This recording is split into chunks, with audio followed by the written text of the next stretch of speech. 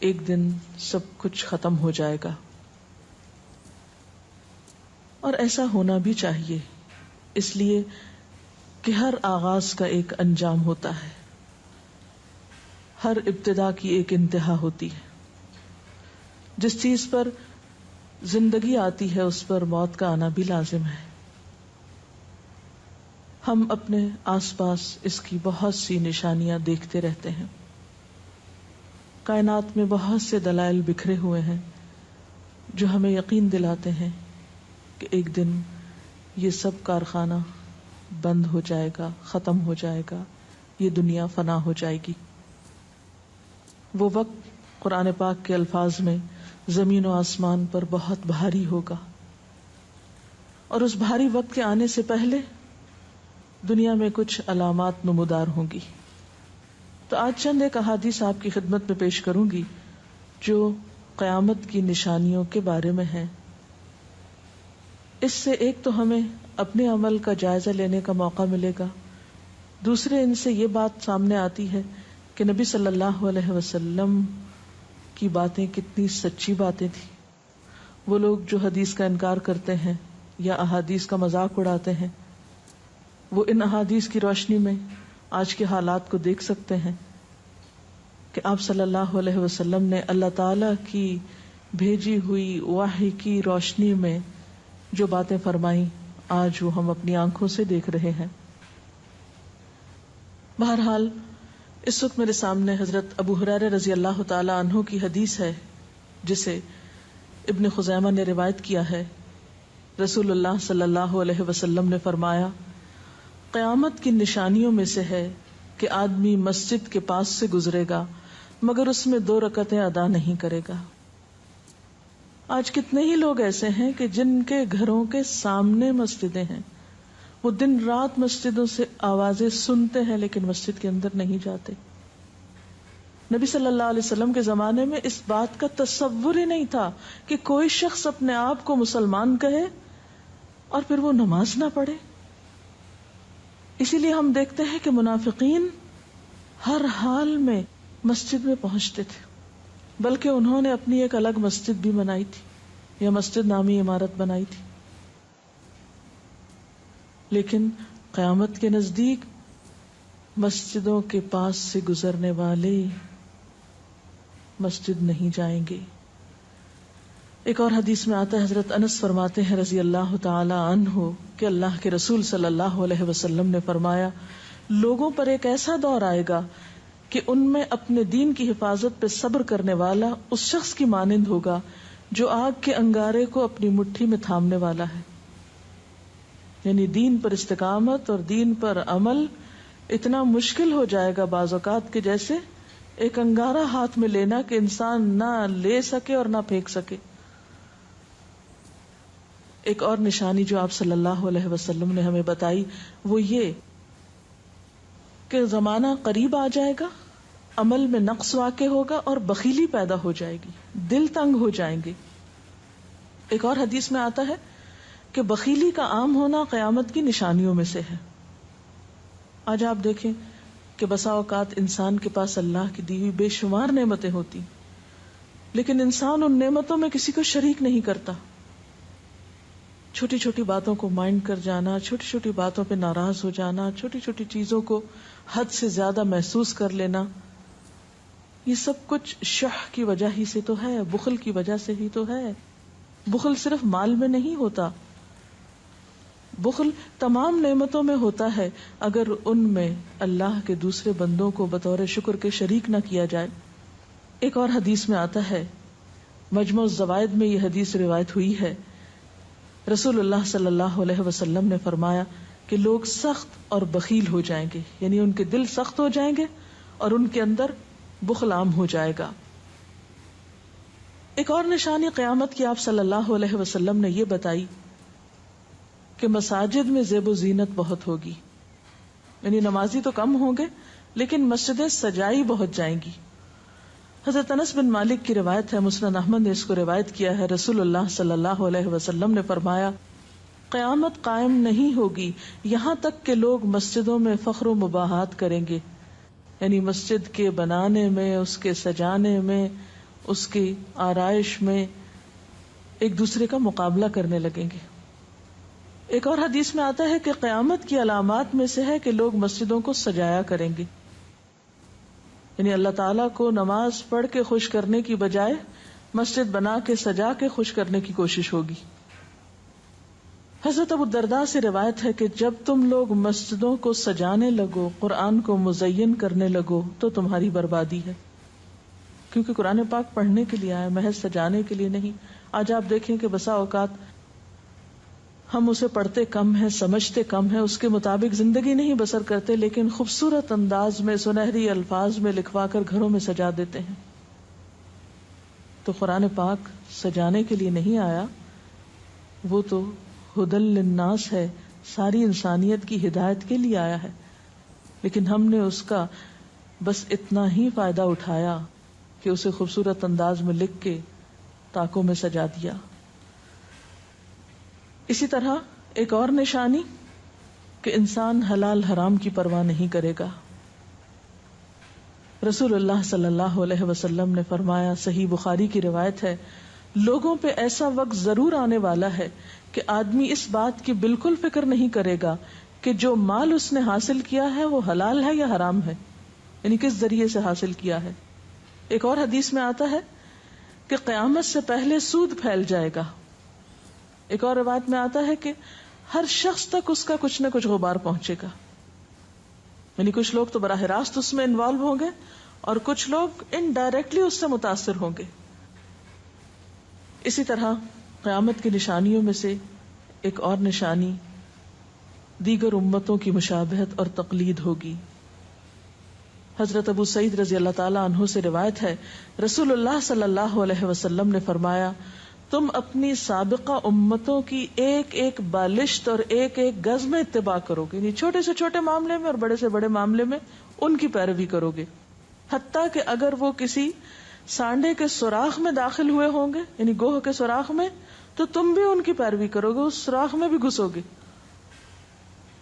ہم نے پوچھا، یا رسول اللہ صلی اللہ علیہ وسلم، کیا آپ کی مراد یہود و نصارہ ہیں؟ فرمایا، پھر اور کون؟ اور آج ہم مسلمان دیکھ سکتے ہیں کہ ہم کس کی پیروی کر رہے ہیں، کتاب اللہ اور سنت رسول اللہ صلی اللہ علیہ وسلم کی یا کسی اور کی. قیامت کی نشانیوں میں سے ایک نشانی زلزلے بکثرت آئیں گے. حضرت ام سلمہ سے روایت ہے، مسند احمد میں یہ روایت آتی ہے، رسول اللہ صلی اللہ علیہ وسلم نے فرمایا، قیامت سے پہلے موت کی سخت وبا پھیلے گی، پھر زلزلوں والے سال آئیں گے. ایک اور روایت میں آتا ہے، قیامت کی نشانیوں میں سے ہے کہ ناگہانی موت کثرت کے ساتھ ہوگی، یعنی اچانک ڈیتھ، یکا یک بیٹھے بیٹھے فوت ہو گئے. امام بخاری نے اس حدیث پر کچھ شعر بھی لکھے ہیں جن کا ترجمہ ہے، فارغ وقت کو غنیمت سمجھ کر کچھ رکوع کر لو، یعنی فارغ بیٹھنے سے بہتر ہے کچھ نوافل پڑھ لو، قریب ہے کہ تیری موت اچانک واقع ہو. تم کتنے ہی صحت مند لوگوں کو دیکھتے ہو جن کی صحت مند جانیں اچانک فوت ہو جاتی ہیں، یعنی ختم ہو جاتی ہیں. حافظ ابن حجر عسقلانی جنہوں نے بخاری کی شرح لکھی ہے فتح الباری، وہ کہتے ہیں یہ عجیب اتفاق ہے کہ امام بخاری خود بھی اسی طرح اچانک فوت ہوئے تھے. یعنی اچانک موت جو ہے وہ کسی پر بھی آ سکتی ہے، کوئی نیک ہو یا بد ہو. ہم یہ نہیں کہہ سکتے کہ ہم بہت نیک ہیں یا ہم بڑے اچھے کام کرتے ہیں تو ہمارے ساتھ یہ معاملہ نہیں ہو سکتا، یہ کسی کے ساتھ بھی ہو سکتا ہے. اس لیے جو وقت آج ہمیں حاصل ہے، جو لمحات آج ہمیں ملے ہیں، ان کو غنیمت سمجھیں اور نیکی کے کام میں پیچھے نہ رہیں. پھر قیامت کی نشانیوں میں سے ایک نشانی یہ بھی بتائی گئی کہ لوگ جان پہچان والوں کو بس سلام کریں گے. عامر بن اسود فرماتے ہیں رضی اللہ تعالی عنہ کہ ہم حضرت عبداللہ بن مسعود کے ساتھ ایک مسجد میں گئے تو جماعت کھڑی تھی، پھر لوگوں نے رکوع کیا اور ہم بھی رکوع کرتے ہوئے ساتھ شامل ہو گئے. اتنے میں ایک آدمی آیا اور کہنے لگا، ابو عبد الرحمن، یہ عبداللہ بن مسعود کی کنیت ہے، آپ کو سلام. عبداللہ بن مسعود نے حالت رکوع ہی میں فرمایا، اللہ اور اس کے رسول صلی اللہ علیہ وسلم نے سچ کہا تھا. نماز کے اختتام پر کچھ لوگوں نے آپ سے پوچھا کہ آپ نے فلاں شخص کے سلام پر یہ کیوں کہا؟ کہ صدق اللہ و رسول، اللہ اور اس کے رسول صلی اللہ علیہ وسلم نے سچ کہا۔ ابن مسعود نے فرمایا میں نے نبی صلی اللہ علیہ وسلم سے سنا کہ قیامت کی نشانیوں میں سے ہے کہ سلام صرف پہچان والوں کو کیا جائے گا۔ یعنی آپ کسی مجلس میں جاتے ہیں، مسنون طریقہ کیا ہے؟ اگر آپ کسی گیدرنگ میں جائیں سب کو بیک وقت السلام علیکم کہیں، لیکن بہت دفعہ آپ نے دیکھا ہوگا کہ لوگ آتے ہیں سب کو نہیں پوچھتے، ان میں سے جو جان پہچان والا ہوتا ہے اس کا نام لے کر بس سلام کرتے ہیں۔ پھر اسی طرح ایک اور نشانی یہ کہ لوگ دعا اور طہارت میں زیادتی کریں گے۔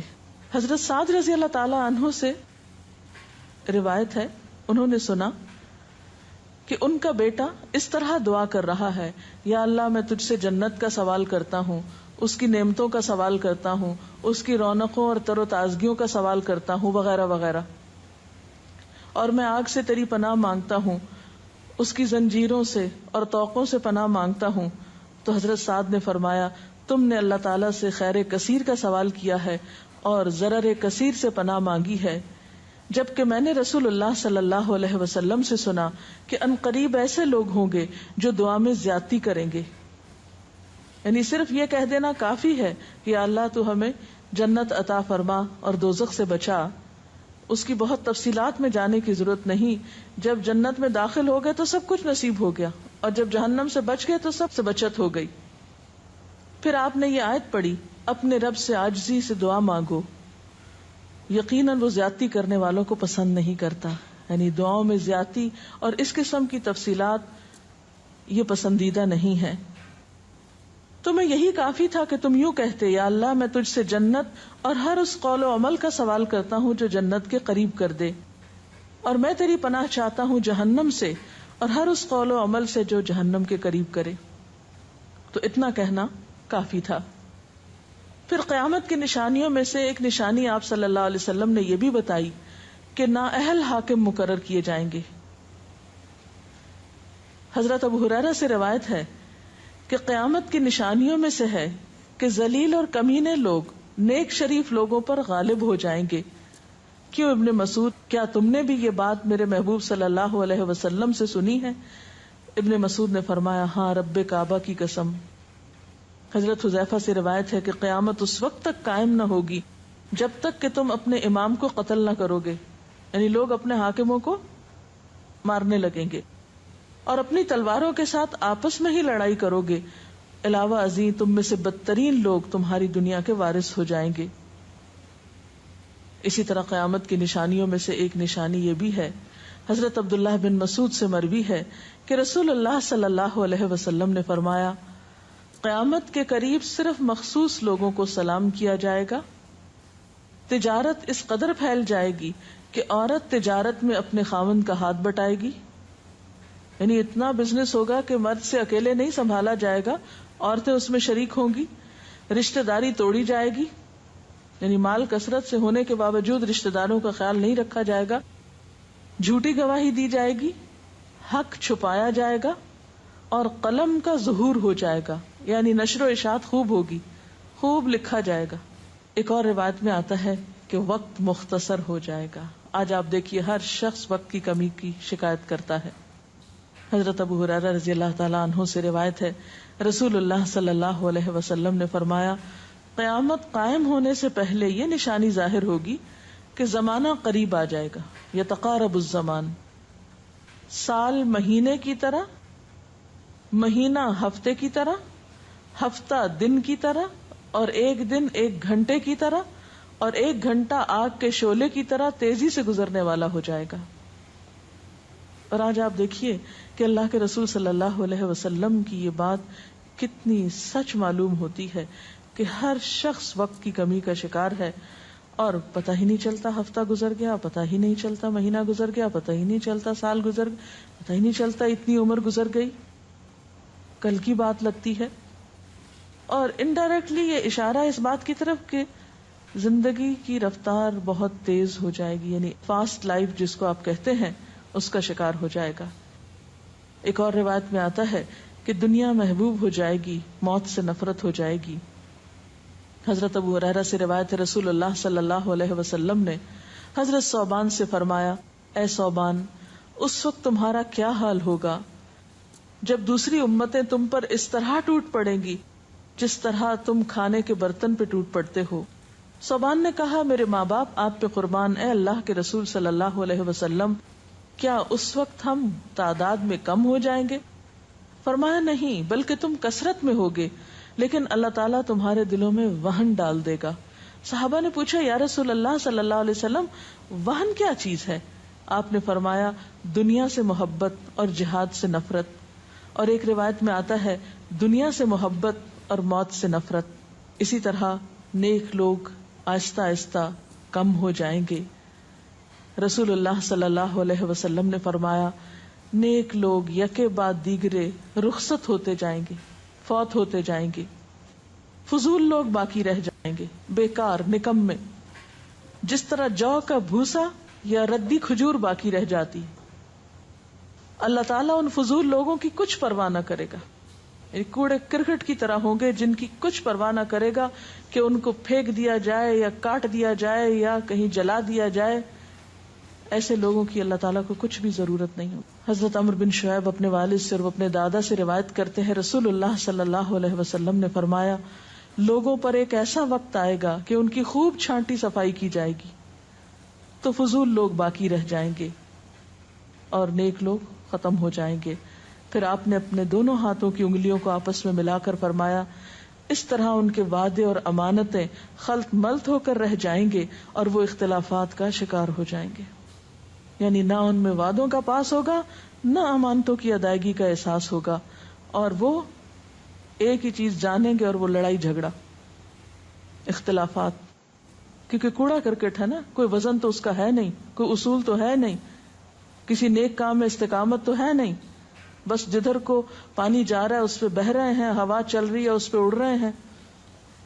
تو ایسے نکمے اور بیکار لوگ باقی بچیں گے، اور پھر ایک دن دنیا اپنے اختتام کو پہنچ جائے گی، ہر گھر میں فتنہ داخل ہو جائے گا۔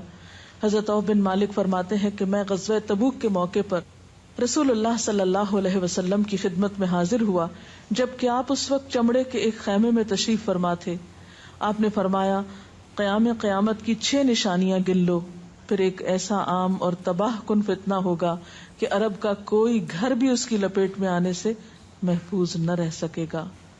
تو اللہ تعالیٰ سے دعا ہے کہ وہ ہمارے ایمان اور عمل کی حفاظت فرمائے اور ہمیں نیکی کی توفیق عطا فرمائے، اپنی ذمہ داریوں کو صحیح معنوں میں پورا کرنے کی توفیق عطا فرمائے۔ اگر آپ کے ذہن میں کوئی سوال ہو تو آپ کر سکتے ہیں۔ جو لوگ قیامت کی ان علامات کا مذاق اڑاتے ہیں اور کہتے ہیں کہ یہ حالات تو بہت عرصے سے ہیں، قیامت آنی ہوتی تو آ چکی ہوتی، تو ہم کیا کر سکتے ہیں، انہیں کیسے سمجھا سکتے ہیں؟ دیکھیے کہ جو لوگ مذاق اڑانے پر تل جاتے ہیں ان کا کوئی علاج نہیں۔ نبی صلی اللہ علیہ وسلم کے زمانے میں بھی ایسے لوگ موجود تھے جو دین کے شاعر کا مذاق اڑاتے تھے۔ قرآن نے ایسے لوگوں کو منافق بتایا ہے، اور بات یہ ہے کہ جب قیامت آئے گی تو پھر کسی سے پوچھ کر نہیں آئے گی، اس کا وقت تو اللہ تعالیٰ کو معلوم ہے، اور جب آ جائے گی تو کوئی اس سے فرار حاصل نہیں کر سکے گا۔ آج ہمیں اللہ تعالیٰ نے اختیار دیا ہے، چاہیں تو کسی چیز کو مانیں اور چاہیں تو انکار کر دیں، لیکن جب اصل حقیقت سامنے آئے گی تو پھر ہم انکار نہ کر سکیں گے۔ آپ نے بتایا کہ قیامت کی نشانیوں میں ہے کہ طہارت میں بھی زیادتی کی جائے گی، تو اس سے کیا مراد ہے؟ اس کا معنی یہ ہے کہ لوگ طہارت حاصل کرتے وقت وسائل یا ریسورسز کو بہت ضائع کریں گے۔ مثلا یہ کہ وضو کرتے وقت بہت زیادہ پانی لنڈھانا، بہت صابن گرانا، اسی طرح نہاتے وقت بہت پانی ضائع کرنا۔ نبی صلی اللہ علیہ وسلم کے زمانے میں پانی کی قلت بھی ہوتی تھی، لیکن اس کے باوجود آپ صلی اللہ علیہ وسلم کی تعلیمات میں ہے یہ بات کہ ایک شخص کو آپ نے فرمایا تھا کہ خواہ تم دریا کے کنارے بیٹھے ہو پھر بھی وضو کے لیے اتنا ہی پانی لو جتنا تمہاری ضرورت ہے، یعنی بہت زیادہ پانی ضائع نہ کرو۔ آج ہم دیکھتے ہیں کہ بہت سے وسائل کے ذریعے پانی کا حصول بعض علاقوں میں بہت آسان ہو گیا ہے، اور لوگ بہت ناقدری کے ساتھ پانی ضائع کرتے ہیں۔ مثلا بعض دفعہ دیکھا گیا ہے کہ برش کرنے کے وقفے میں ٹیپ کھول دی جاتی ہے، بعض اوقات 5 منٹ تک ٹیپ میں سے پانی بہتا رہتا ہے، اور آرام آرام سے لوگ اپنی طہارت اور صفائی کا اہتمام کرتے رہتے ہیں، تو کسی بھی طرح کے وسائل کو ضائع کرنا جو ہے وہ اسلامی تعلیمات کے خلاف ہے، خواہ وہ دین کے کسی کام کے کرنے میں ہی کیوں نہ استعمال کیے جائے، وضو جیسی چیز میں ہی کیوں نہ استعمال کیے جا رہے ہوں۔ تو طہارت میں مبالغہ آرائی کا مطلب یہی ہے، وسائل کا ضیاع۔ دعا میں زیادتی کا مقصد کیا لمبی دعاؤں کا بھی مراد یہ ہوگا؟ اصل میں دعا تو حسب ضرورت کی جا سکتی ہے، حسب موقع۔ کبھی آپ کے پاس وقت زیادہ ہوتا ہے تو آپ دیر تک بھی دعا کر سکتے ہیں، مخصوص اوقات میں، مخصوص قبولیت کی جگہوں پر۔ لیکن سنت کے طریقے سے ہٹ کر مبالغہ آرائی کے انداز میں دعا کرنا اور پھر ردیف قافیے ملا کر دعا کرنا یا شعر و شاعری کے انداز میں دعا کرنا، ان چیزوں سے منع کیا گیا ہے۔ وآخر دعوانا ان الحمد للہ رب العالمین، سبحانک اللہم وبحمدک، نشہد ان لا الہ الا انت، نستغفرک ونتوب الیک، والسلام علیکم ورحمۃ اللہ وبرکاتہ۔ نحمده ونصلی علی رسولہ الکریم، اما بعد، فاعوذ باللہ من الشیطان الرجیم، بسم اللہ الرحمن الرحیم، رب اشرح لی صدری ویسر لی امری واحلل عقدۃ من لسانی یفقہوا قولی۔ ہماری گفتگو کا موضوع ہے قیامت کی نشانیاں۔ بحیثیت مسلمان ہم سب کا ایمان ہے کہ یہ دنیا ہمیشہ باقی نہیں رہے گی، ایک دن سب کچھ ختم ہو جائے گا، اور ایسا ہونا بھی چاہیے، اس لیے کہ ہر آغاز کا ایک انجام ہوتا ہے، ہر ابتدا کی ایک انتہا ہوتی ہے۔ جس چیز پر زندگی آتی ہے اس پر موت کا آنا بھی لازم ہے۔ ہم اپنے آس پاس اس کی بہت سی نشانیاں دیکھتے رہتے ہیں۔ کائنات میں بہت سے دلائل بکھرے ہوئے ہیں جو ہمیں یقین دلاتے ہیں کہ ایک دن یہ سب کارخانہ بند ہو جائے گا، ختم ہو جائے گا، یہ دنیا فنا ہو جائے گی۔ وہ وقت قرآن پاک کے الفاظ میں زمین و آسمان پر بہت بھاری ہوگا، اور اس بھاری وقت کے آنے سے پہلے دنیا میں کچھ علامات نمودار ہوں گی۔ تو آج چند ایک احادیث آپ کی خدمت میں پیش کروں گی جو قیامت کی نشانیوں کے بارے میں ہیں۔ اس سے ایک تو ہمیں اپنے عمل کا جائزہ لینے کا موقع ملے گا، دوسرے ان سے یہ بات سامنے آتی ہے کہ نبی صلی اللہ علیہ وسلم کی باتیں کتنی سچی باتیں تھیں۔ وہ لوگ جو حدیث کا انکار کرتے ہیں یا احادیث کا مذاق اڑاتے ہیں، وہ ان احادیث کی روشنی میں آج کے حالات کو دیکھ سکتے ہیں کہ آپ صلی اللہ علیہ وسلم نے اللہ تعالی کی بھیجی ہوئی وحی کی روشنی میں جو باتیں فرمائیں، آج وہ ہم اپنی آنکھوں سے دیکھ رہے ہیں۔ بہرحال اس وقت میرے سامنے حضرت ابو ہریرہ رضی اللہ تعالی عنہ کی حدیث ہے جسے ابن خزیمہ نے روایت کیا ہے۔ رسول اللہ صلی اللہ علیہ وسلم نے فرمایا، قیامت کی نشانیوں میں سے ہے کہ آدمی مسجد کے پاس سے گزرے گا مگر اس میں 2 رکعتیں ادا نہیں کرے گا۔ آج کتنے ہی لوگ ایسے ہیں کہ جن کے گھروں کے سامنے مسجدیں ہیں، وہ دن رات مسجدوں سے آوازیں سنتے ہیں لیکن مسجد کے اندر نہیں جاتے۔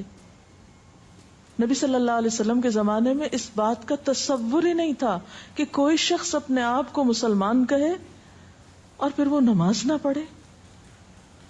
اسی لیے ہم دیکھتے ہیں کہ منافقین ہر حال میں مسجد میں پہنچتے تھے، بلکہ انہوں نے اپنی ایک الگ مسجد بھی بنائی تھی یا مسجد نامی عمارت بنائی تھی۔ لیکن قیامت کے نزدیک مسجدوں کے پاس سے گزرنے والے مسجد نہیں جائیں گے۔ ایک اور حدیث میں آتا ہے، حضرت انس فرماتے ہیں رضی اللہ تعالی عنہ کہ اللہ کے رسول صلی اللہ علیہ وسلم نے فرمایا، لوگوں پر ایک ایسا دور آئے گا کہ ان میں اپنے دین کی حفاظت پہ صبر کرنے والا اس شخص کی مانند ہوگا جو آگ کے انگارے کو اپنی مٹھی میں تھامنے والا ہے۔ یعنی دین پر استقامت اور دین پر عمل اتنا مشکل ہو جائے گا بعض اوقات کہ جیسے ایک انگارہ ہاتھ میں لینا کہ انسان نہ لے سکے اور نہ پھینک سکے. ایک اور نشانی جو آپ صلی اللہ علیہ وسلم نے ہمیں بتائی وہ یہ کہ زمانہ قریب آ جائے گا، عمل میں نقص واقع ہوگا اور بخیلی پیدا ہو جائے گی، دل تنگ ہو جائیں گے. ایک اور حدیث میں آتا ہے کہ بخیلی کا عام ہونا قیامت کی نشانیوں میں سے ہے. آج آپ دیکھیں کہ بسا اوقات انسان کے پاس اللہ کی دی ہوئی بے شمار نعمتیں ہوتی، لیکن انسان ان نعمتوں میں کسی کو شریک نہیں کرتا.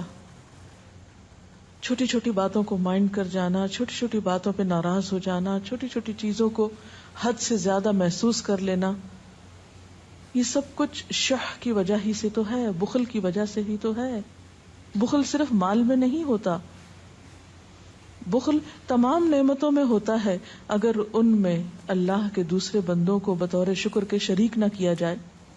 ایک اور حدیث میں آتا ہے، مجموع الزوائد میں یہ حدیث روایت ہوئی ہے، رسول اللہ صلی اللہ علیہ وسلم نے فرمایا کہ لوگ سخت اور بخیل ہو جائیں گے، یعنی ان کے دل سخت ہو جائیں گے اور ان کے اندر بخل عام ہو جائے گا. ایک اور نشانی قیامت کی آپ صلی اللہ علیہ وسلم نے یہ بتائی کہ مساجد میں زیب و زینت بہت ہوگی، یعنی نمازی تو کم ہوں گے لیکن مسجدیں سجائی بہت جائیں گی.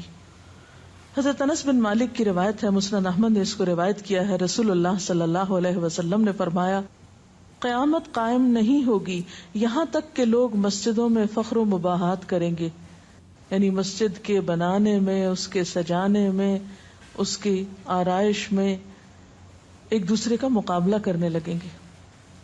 ایک اور حدیث میں آتا ہے کہ قیامت کی علامات میں سے ہے کہ لوگ مسجدوں کو سجایا کریں گے، یعنی اللہ تعالیٰ کو نماز پڑھ کے خوش کرنے کی بجائے مسجد بنا کے سجا کے خوش کرنے کی کوشش ہوگی.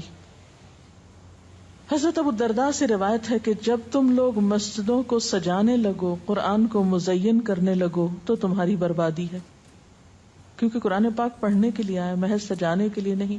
آج آپ دیکھیں کہ بسا اوقات ہم اسے پڑھتے کم ہیں، سمجھتے کم ہیں، اس کے مطابق زندگی نہیں بسر کرتے، لیکن خوبصورت انداز میں سنہری الفاظ میں لکھوا کر گھروں میں سجا دیتے ہیں.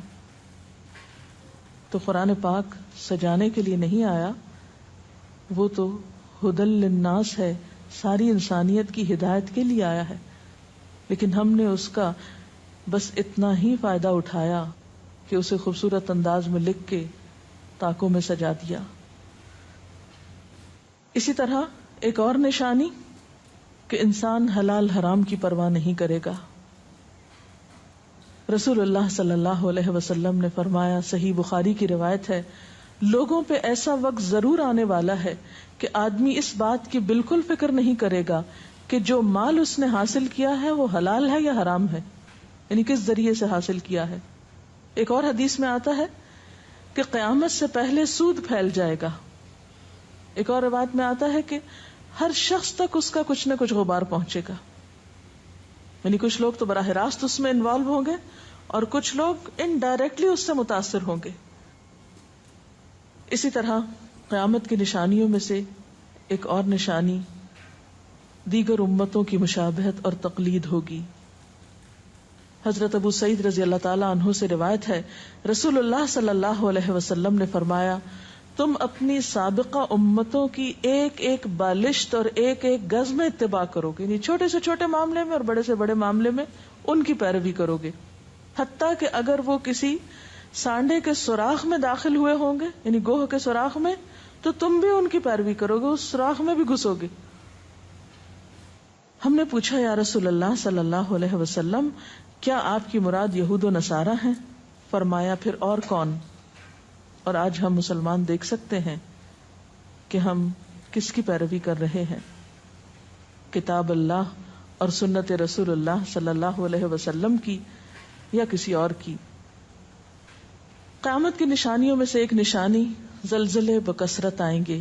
حضرت ام سلمہ سے روایت ہے، مسند احمد میں یہ روایت آتی ہے، رسول اللہ صلی اللہ علیہ وسلم نے فرمایا، قیامت سے پہلے موت کی سخت وبا پھیلے گی، پھر زلزلوں والے سال آئیں گے. ایک اور روایت میں آتا ہے، قیامت کی نشانیوں میں سے ہے کہ ناگہانی موت کثرت کے ساتھ ہوگی، یعنی اچانک ڈیتھ، یکا یک بیٹھے بیٹھے فوت ہو گئے. امام بخاری نے اس حدیث پر کچھ شعر بھی لکھے ہیں جن کا ترجمہ ہے: فارغ وقت کو غنیمت سمجھ کر کچھ رکوع کر لو، یعنی فارغ بیٹھنے سے بہتر ہے کچھ نوافل پڑھ لو، قریب ہے کہ تیری موت اچانک واقع ہو. تم کتنے ہی صحت مند لوگوں کو دیکھتے ہو جن کی صحت مند جانیں اچانک فوت ہو جاتی ہیں، یعنی ختم ہو جاتی ہیں. حافظ ابن حجر عسقلانی جنہوں نے بخاری کی شرح لکھی ہے فتح الباری، وہ کہتے ہیں یہ عجیب اتفاق ہے کہ امام بخاری خود بھی اسی طرح اچانک فوت ہوئے تھے. یعنی اچانک موت جو ہے وہ کسی پر بھی آ سکتی ہے، کوئی نیک ہو یا بد ہو. ہم یہ نہیں کہہ سکتے کہ ہم بہت نیک ہیں یا ہم بڑے اچھے کام کرتے ہیں تو ہمارے ساتھ یہ معاملہ نہیں ہو سکتا، یہ کسی کے ساتھ بھی ہو سکتا ہے. اس لیے جو وقت آج ہمیں حاصل ہے، جو لمحات آج ہمیں ملے ہیں، ان کو غنیمت سمجھیں اور نیکی کے کام میں پیچھے نہ رہیں. پھر قیامت کی نشانیوں میں سے ایک نشانی یہ بھی بتائی گئی کہ لوگ جان پہچان والوں کو بس سلام کریں گے. عامر بن اسود فرماتے ہیں رضی اللہ تعالی عنہ کہ ہم حضرت عبداللہ بن مسعود کے ساتھ ایک مسجد میں گئے تو جماعت کھڑی تھی، پھر لوگوں نے رکوع کیا اور ہم بھی رکوع کرتے ہوئے ساتھ شامل ہو گئے. اتنے میں ایک آدمی آیا اور کہنے لگا: ابو عبد الرحمن، یہ عبداللہ بن مسعود کی کنیت ہے، آپ کو سلام. عبداللہ بن مسعود نے حالت رکوع ہی میں فرمایا: اللہ اور اس کے رسول صلی اللہ علیہ وسلم نے سچ کہا تھا. نماز کے اختتام پر کچھ لوگوں نے آپ سے پوچھا کہ آپ نے فلاں شخص کے سلام پر یہ کیوں کہا کہ صدق اللہ